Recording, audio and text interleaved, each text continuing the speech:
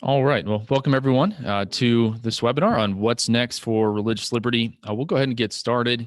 We'll have a couple others that are still jumping on, but I wanted to go ahead and jump into this. You'll see behind me the Indiana State House. We're right here, right across from the seat of government here in the Hoosier State.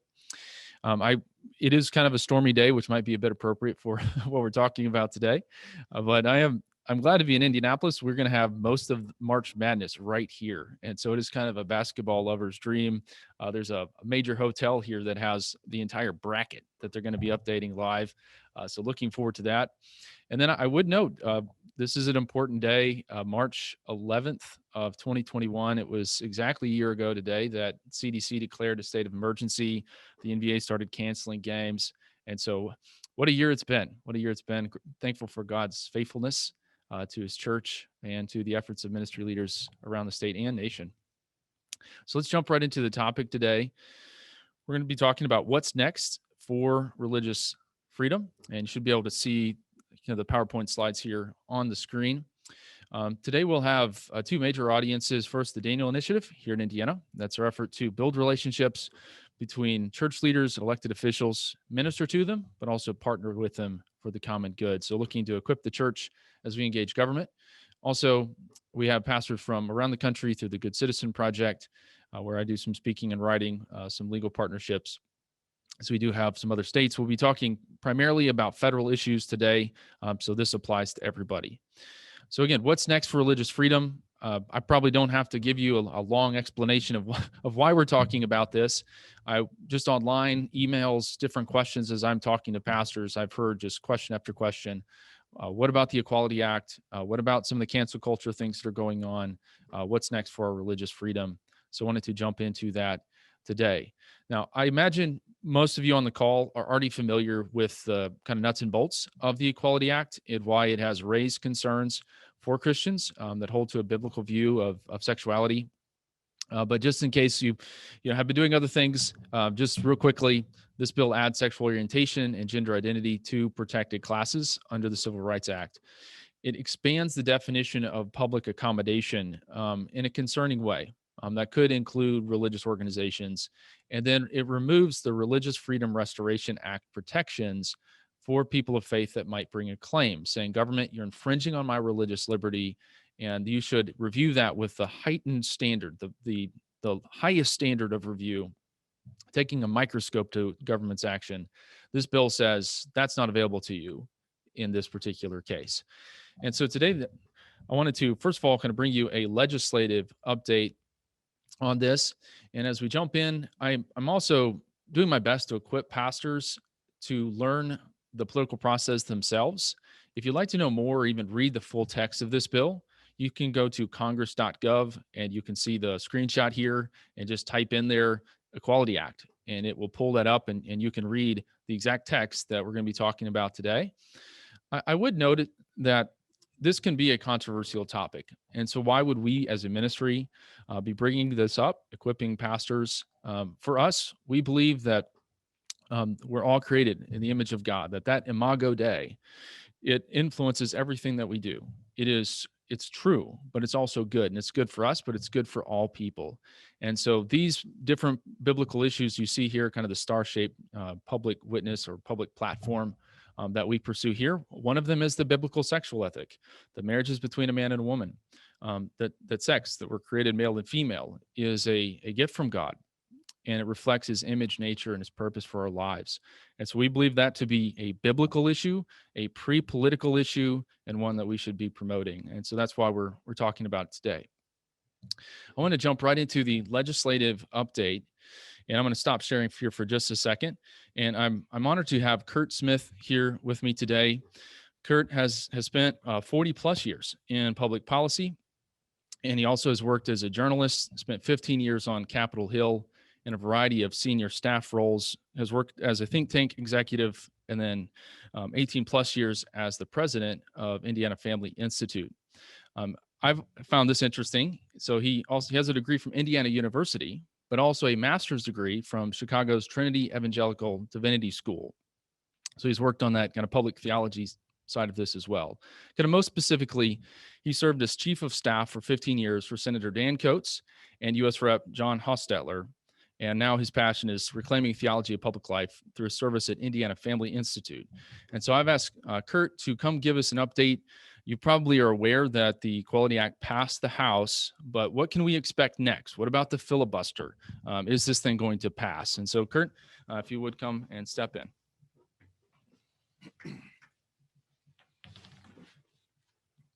Well, thank you for the invitation to be with you today. I'm very blessed to be here. It's a beautiful backdrop there.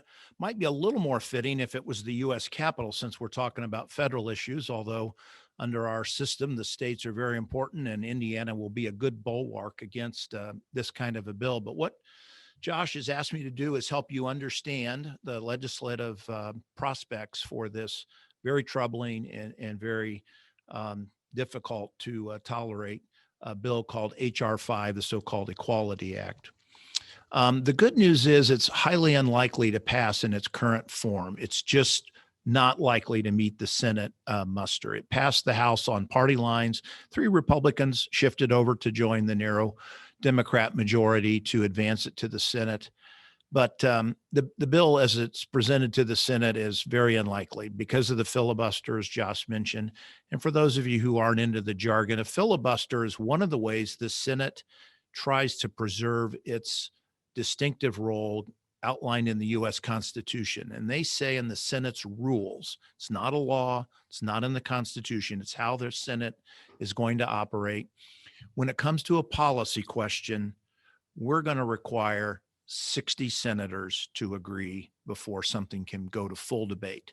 The final vote is still a simple majority, but there's this roadblock, this threshold to get over called the filibuster. There's a lot of talk about changing that, and the passions around this bill will elevate that conversation, and you'll hear about that. But right now, my guess, as someone who worked in the Senate for a number of years, is that the filibuster will be maintained at least through the midterm elections for 2 more years.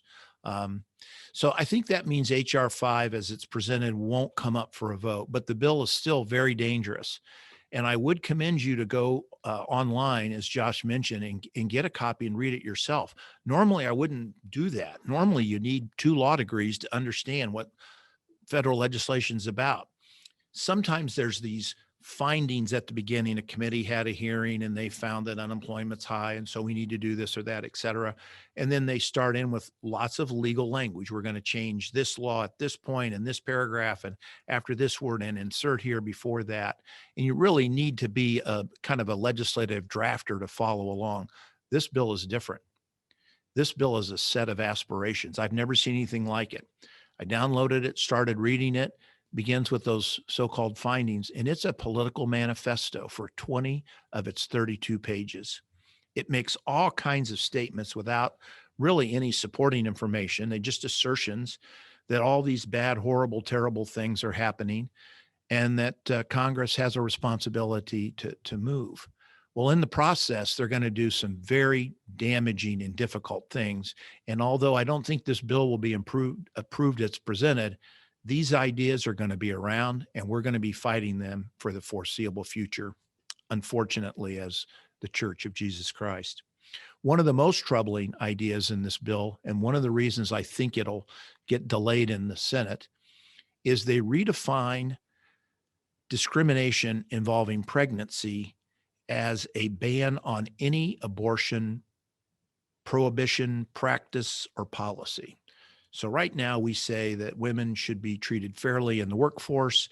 You're not allowed to ask women when you interview them for prospective jobs about their family prospects and things like that. That's just off the table. Well, this expands that idea so that no employer, no government agency, no nonprofit can take up a question around abortion without discriminating against a woman's pregnancy rights. Another very troubling thing this bill has, which I think will also cause pause among senators of goodwill on both parties, is it suspends the Religious Freedom Restoration Act protections we all have. Our religious liberties are very important. The First Amendment enshrines them, but in the last few decades, the real action in the courts has been around the Religious Freedom Restoration Act. Those of you with a good memory might recall that was a big question across the street in the State House a few years ago, as the Indiana Family Institute led an effort to bring the RFRA defense legal standard of review to people of faith in our state, and that blew up in our face. The bill passed, then it was amended to remove those restrictions. But this federal law, if it became law as written, would waive RFRA for sexual orientation and gender identity issues. The third point I'll make in saying why I don't think this bill will go forward now, but contains the seeds and germs of very dangerous ideas, is that it doesn't really define sex and gender identity, because it's hard to do those things. And gender identity is very fluid. That's one of the words that's used to describe it, is fluid and fluidity. It's just something that's changing. And legislation is typically very fact-based, very specific. There are dates, there are times, there are percentages, there are numbers, there's an income threshold, there's a appropriation, very, very specific. This bill is a list of aspirations of the far left, radical, progressive part of the Democrat Party. And as such, I just don't see how it can become public policy in the near term. I just don't see this Senate approving it. So that's the legislative update. I don't think the bill will pass. I think now is when Josh said we could pause for a couple minutes and answer questions. I'll do my best to update you. Why don't I shift chairs here and give the wheel back, so to speak.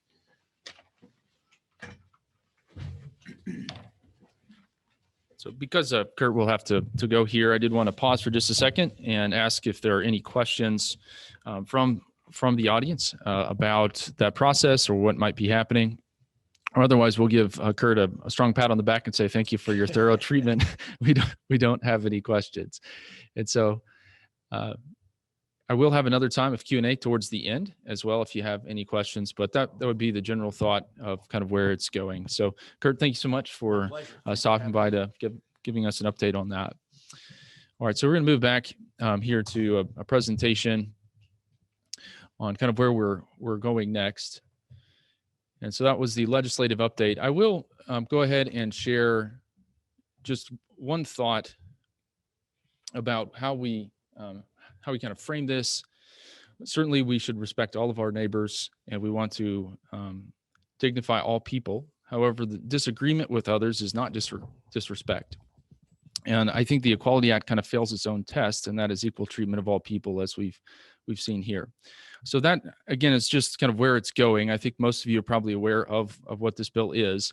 Next, I wanted to go into, if it passes, what happens and what does that mean for ministries? What are some of the existing legal protections if this were to head into the courts? And so a brief legal review. The question, what does the Bostock case mean for ministries? I'm going to try to give you a brief overview of this space very quickly. There are posts on goodcitizen.us. Actually, this is one of them where you can go kind of look further into this if you want.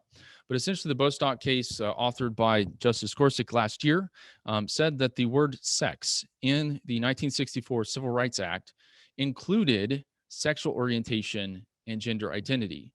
So in the instance of employment, Justice Gorsuch's position was that sex includes sexual orientation and gender identity. So in a sense, expanded civil rights protections from just sex would be between men and women, right, to include sexual orientation and gender identity. So this was something that a lot of legal observers were just kind of dumbfounded that was the decision, but that was the decision of the court. And so kind of in sum, sex in Title VII means sexual orientation and gender identity.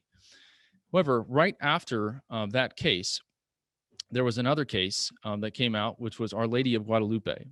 And I did want to give you a talking point in this space, as I've been talking in public life about this issue for some time. I found this particular talking point to be helpful in kind of explaining our position on this issue. And I will, towards the end of the webinar, put out a link to the PowerPoint, so you don't have to worry too much about writing some of these things down. But every person should be treated with equal dignity and respect. We should love all of our neighbors, truly. But disagreement on these issues is not disrespect, and conformity of belief should not be the price of citizenship. Therefore, the Equality Act fails its own test, equal treatment under the law. So again, another case has been put out by the court, which was Our Lady of Guadalupe. Before I jump into that, though, I would say that the Biden administration has put out two particular executive orders saying that essentially the Bostock case means that in all of federal law, sexual orientation and gender identity is a protected class. And so if you go read this executive order on preventing and combating discrimination on the basis of gender identity or sexual orientation, the Biden administration just takes the Bostock case and says, well, this applies to all parts of American law, which is not true. Congress hasn't made that decision, and neither has the courts. That would be, I think, a wishful interpretation of the Bostock case. And then just recently, over the last couple of days, President Biden has applied the Bostock case in the education context. The Bostock case dealt with Title VII, which is employment. The Biden administration is now saying that the Bostock case applies to education. But again, there's been no formal case from the Supreme Court or an act of Congress that has done that. So I interpret these as kind of wishful interpretations of the Bostock case. So on one hand, the court said, sex includes sexual orientation, gender identity in the kind of for-profit employment context. Next, the Supreme Court reviewed what was called the ministerial exception. The ministerial exception is a legal principle that recognizes the right of ministries to hire and fire based on adherence to their ministry's statement of faith. And essentially, it prohibits courts from intervening in employment disputes in between ministries and many of their employees, the ones that are tasked with communicating or teaching, modeling the faith to the next generation. And so this case was an important one in that it said that the ministerial exception isn't a checklist. There's 4 key parts of it. I'm not going to go into all the details. But the Ninth Circuit had said you have to hit all of these checklists, including you have to have formal religious education. And the last time I checked, even Jesus didn't have a seminary degree. At least I don't see that in the Gospels. And so this case came back to what's the key point of the ministerial exception? And that is what an employee does. So it's not what their position is, how much education they have, but rather it is what an employee does. And specifically, does this employee communicate or teach the faith? Is that part of their job description? Is that part of their responsibility? And if so, they fall under the ministerial exception. To get a little more practical, the way this would work out is, say an employee violates a ministry's statement of faith, and because of that is terminated. That employee could bring a discrimination claim against a ministry. And the ministry's response to the court is, Your Honor, court, this is a ministerial employee, and therefore you just don't have jurisdiction over these cases. This particular protection is extremely powerful. I've been in a case before where a pastor who was terminated from a church wanted to bring action against the church. And I was able to go into that office with one of my law partners at the time and simply explain to that lawyer, look, this is covered by the ministerial exception. And that lawyer, right in front of us, closed his file. And so this is a very strong, it's not just an exemption, it is an exception. It is essentially a reflection of the First Amendment. The state doesn't have jurisdiction to be telling the church what their statement of faith is and who they should hire and fire based on that statement of faith. I wanted to explain this because sometimes the question comes up, all right, well, what about a church? But then what about a religious school? What about a nonprofit that isn't directly underneath a church? Well, the ministerial exception, it sounds like just a pastor or just a member of the clergy. But U.S. law makes it clear that that extends far beyond just clergy members. In fact, the 2 key Supreme Court cases, Hosanna Tabor and then Lady of Guadalupe, which I just mentioned, involved Christian schools. And so other ministries can avail themselves of this protection. And it goes beyond, again, pastors or clergy members to anyone that is teaching or communicating the faith. So I often explain these kind of jurisprudential bubbles in American law. I won't go into all of the quotes, but essentially, I would say maybe even just 50 years ago, religious freedom was strongly protected in the marketplace, the school, or independent nonprofit, and the church. As of just a few years ago, and then the Bostock case for Christians that are operating in the marketplace and for profit, If they have a free speech claim, they have some protection, but generally Bostock would apply to most for-profit businesses. There's much more to say there, but that's not the scope of this webinar. Next, you have schools or independent nonprofits.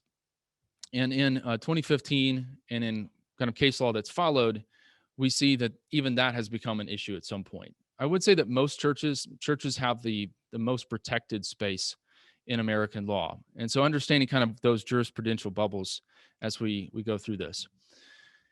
So I wanted to say all of that and then go kind of dive into the nuts and bolts, because I'm sure you might be thinking as a ministry leader, okay, great. I now know about this particular protection, but how do I claim that for my ministry? How do I actually claim it for my ministry and push it forward? So a couple of things to think through on how to do this well. Give me just a second. I have an issue here. And I'm going to share a PDF download at the end of this, which will go through some of this if you'd like to look at it more closely. But the way that you claim the ministerial exception is by stating these things in your statement of faith and also your bylaws. So your articles of incorporation, which sometimes were filed back in the 60s, 70s, whenever your ministry started, they should reflect the governance of your church and your ministry's religious mission.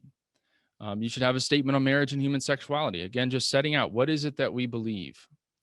A statement on final spiritual authority and interpretation. Many ministries have ended up in litigation or splitting, not because of outside pressure so much as it was because of internal disagreement. So what board? Is it a board of directors? Is it an elder, a pastor? If there's congregational authority, who has the final say on what the Bible says? Because obviously there are competing views of what the Bible says. And so what does our particular ministry believe about these things? A statement that employees and volunteers in a teaching capacity are required to agree with and abide by the statement of faith. And this is where there are some ongoing cases. For example, a court in Massachusetts just a couple days ago said that a professor is not a minister for purposes of the ministerial exception. I think that directly contradicts what the Supreme Court has said, the U.S. Supreme Court, but there will be kind of ongoing litigation trying to work out who's a minister for the purposes of the ministerial exception and who's not. So that would be the statement of faith and bylaws. Next, I would mention your handbook and employment contracts should once again kind of set out the organization's religious mission with scripture references, an expectation that employees serve that mission, a list of religious duties for anyone teaching or communicating the faith, a requirement that employees model the faith in their teaching, worship, and personal lives, and a statement that an employee's performance will be reviewed according to the above criteria. And so those were a couple of examples of things that you can do to help kind of seize this. I'm going to stop the share for just a second here. I have a couple of final thoughts before I jump into it. I did want to mention that Larry Crane, who is a senior counsel for us, was unable to make the call today, but I talked to him about this issue a number of times, and he shares my thoughts and kind of legal analysis of this. Right before we jump into Q&A, I wanted to just a couple final thoughts here on kind of where we go next. And you saw the date there, probably 2050. It's if you are a Christian, a ministry leader that believes in what I would say is a biblical view of human sexuality, this can certainly be a disconcerting, difficult time. I would say that this is probably a 100-year overnight success for the sexual revolution. And if you'd like to track kind of that entire development, there's a great book out called The Rise and Triumph of the Modern Self, which kind of tracks what's happened over the last 100 years. And I'm sure that you have sensed this as well. And so the question is kind of, where do we go now? What do we do next? And certainly we have to protect our ministries. We have to do our best to try to legally protect our ministries. My encouragement to ministries, though, is to kind of get outside of our walls, continue to build relationships. I'm sitting across from the Indiana State House. We've worked to connect a number of church leaders and governing officials. If you're here in the state of Indiana, would like to pursue that, certainly contact us. But also, we do have the podcast. where weekly we're talking about issues of how to get involved in our state. How can we be good citizens? You saw that quote from Daniel Webster. Whatever makes a man or woman a good Christian makes them a good citizen. If you'd like more information, I mentioned dogoodindiana.com, goodcitizen.us, where the blogs that I mentioned are. You can go just to the latest tab and go to blogs, and then we're also on Facebook. And so at this point, I'll kind of stop the share and then ask if anyone has a question. And I do have a question from Jason. Thanks for sending that in. Do you have a sample Constitution Bylaws handbook in regard to some of these matters?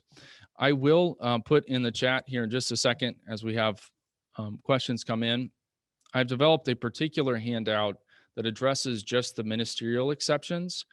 I'm not a huge fan of bylaw employment contract templates just because I've seen them kind of passed around so much, and what works for one ministry doesn't work for another. So I do offer legal partnerships to ministries to help work through that, but I also want to be as open-handed as I can. So I will drop a link to that resource here in just a second. So at this time, I'll pause. I've tried to summarize a lot of legal and legislative information in a very short period of time. So please, if you have any questions, go ahead and put those forward. And also a question from David, were you able to share the PowerPoint notes? And yes, I will pause here in just a minute and share the links in the chat function, both, and I'll send that to everyone, a link to the PowerPoint, as well as a link to the PDF download that I just discussed. All right, any other questions? In fact, let me go ahead, and what I will do is I will show you a bit of this template so you have an idea of what you would be seeing. All right, so here's hopefully you can see that on your screen, just an explainer of the ministerial exception. Again, the overview that I've shared with you today. Again, so one of the key facts, a lot of Christians hear this, the ministerial exception is just a member of the clergy, how to claim it, and then a couple sample statements, again, in your statement of faith. I'll pause right here, and I wanted to point something out. There are a lot of great legal ministries here in the United States. I enjoy partnering with Alliance Defending Freedom and many others. There's some sample language around that. I understand the reason for it, and that is that we're litigators, right? And so there's a statement that any sexual activity outside of marriage, including but not limited to things like incest, bestiality, homosexuality, and all of that just kind of goes in the same sentence. My preference is to state this more positively, rather than trying to list out every conceivable aberration from biblical teaching. Why? I think we're becoming increasingly creative in the ways that we violate biblical teaching. But on the other hand, I also am reluctant to have some of those words all in the same sentence, because if your ministry is in the news for this, it would not just be a legal issue, it's also a public relations issue. So I prefer just a more positive statement. I understand why ministries have done used the other way, but I prefer this particular issue. A statement on final authority. Again, who's going to be the one saying, here's what this ministry believes. Statement on faculty, staff, and volunteers. A sample statement for your employment contracts, staff handbooks, etc. Lifestyle commitment. So again, I'm trying to be as open-handed as I can. Certainly your employee handbooks would have to cover a lot more than just this issue. But these would be some of the key ways if you had to go to court to claim that you have a ministerial exception. That would be a way that you could do it. And so this room that I'm in does have motion sensor lights. So I'm going to wave my hand. I'm not waving at anyone, but I'm going to see if I could get them to come back on here in just a second.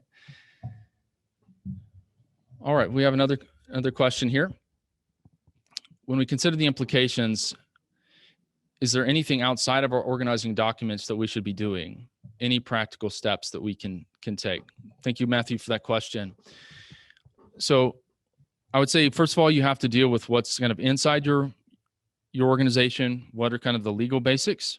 Once you've done that, I would certainly encourage you, if you're not doing so already, to be teaching and preaching on what what the Bible says about this.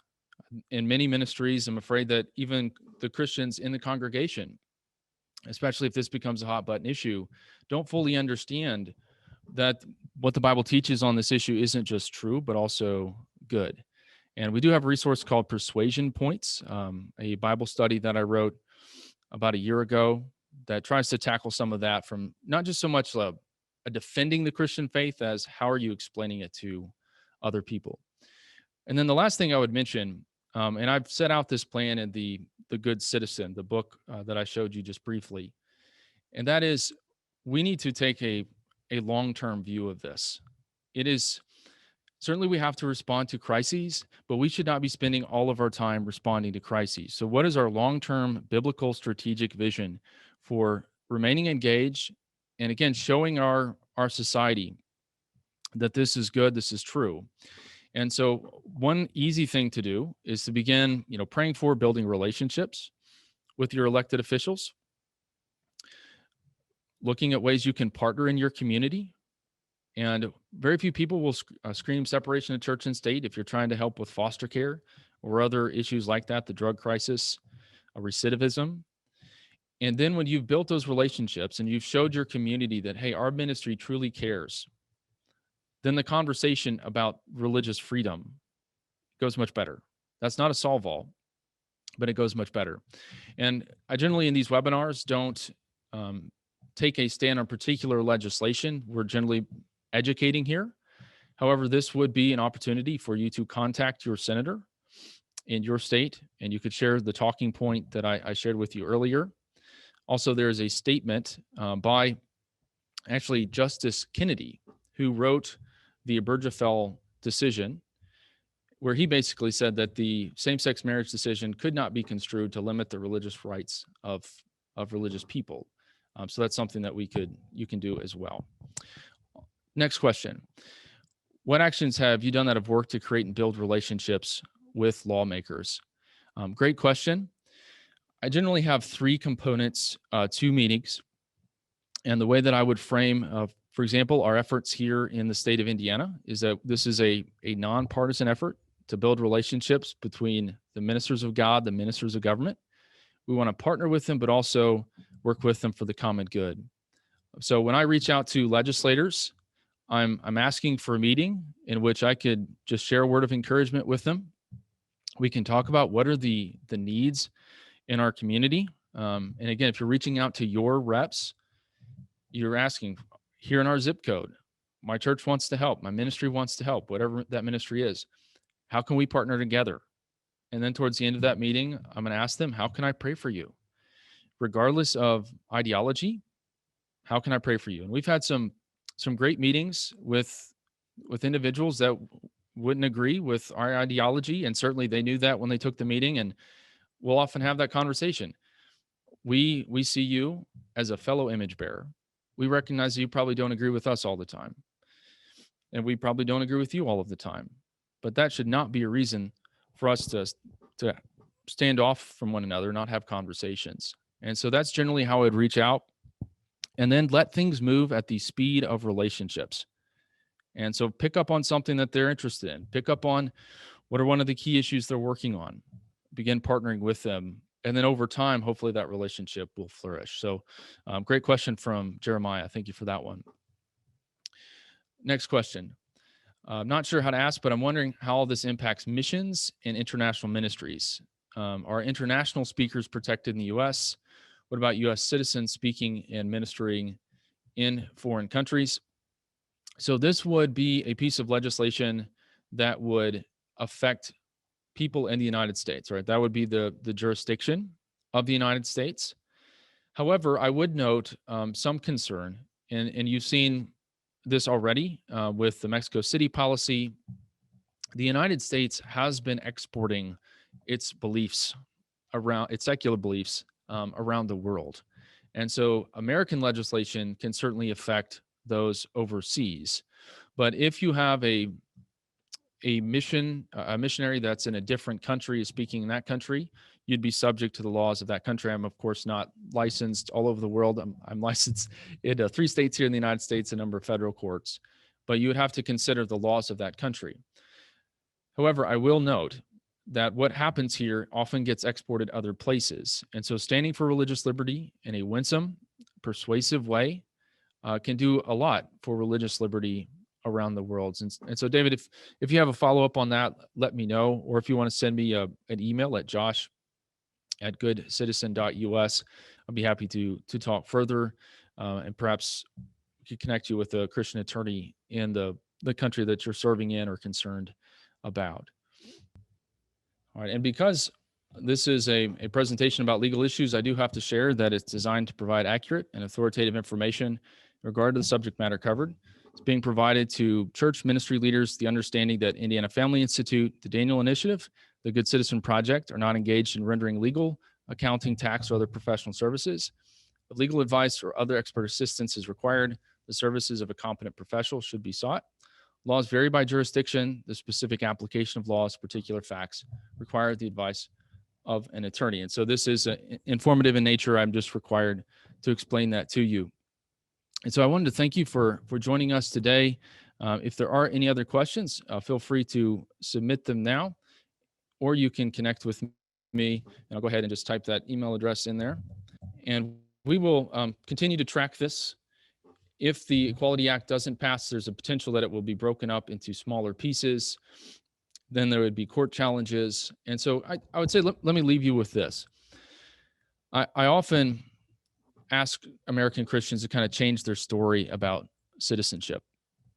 And that is that some American Christians kind of take this exiled church approach. So we've lost the culture. There's nothing we can do. And so we're just going to step back entirely. There's also the tack of we're an embattled church and they're coming for us all the time. We're going to lose our religious liberty, and therefore we have to engage in ever desperate political maneuvers, even if we have to jeopardize biblical principles. I think the biblical proper approach for Christians is to be an engaged church. And so I wish I could tell you today, hey, get your documents in order, put in these provisions, hardwire this stuff in there, and then you don't have to think about the Equality Act or anything else. Unfortunately, I can't say that. So I can't say just don't worry about this. But on the other hand, I also want you to leave here today not kind of pulling your hair out, your hair's on fire. Even if the Equality Act is passed, which we think it probably will not, there are strong legal protections hardwired into American jurisprudence that these things will be challenged. And so I believe that, and I'm very hopeful that American law will continue to respect the religious freedom of ministries, but it's not going to do that if we don't pay attention, we don't advocate for it. So wanted to leave you with that. This is a tension that we have to manage. Let's not pull out of this, stop paying attention, but also I don't think we have to run around like our hair is on fire. I'm hopeful that religious liberty is going to be protected at this time. And so again, thank you everyone for taking some time to be with us today. I hope this is helpful for you in your ministry. If I can be of assistance, further questions, you need some help with those documents, please do let us know. And I hope everybody enjoy your March 11th of 2021. And we hope we don't have another pandemic around the corner. And so that's what's next for religious liberty. Everybody have a great afternoon.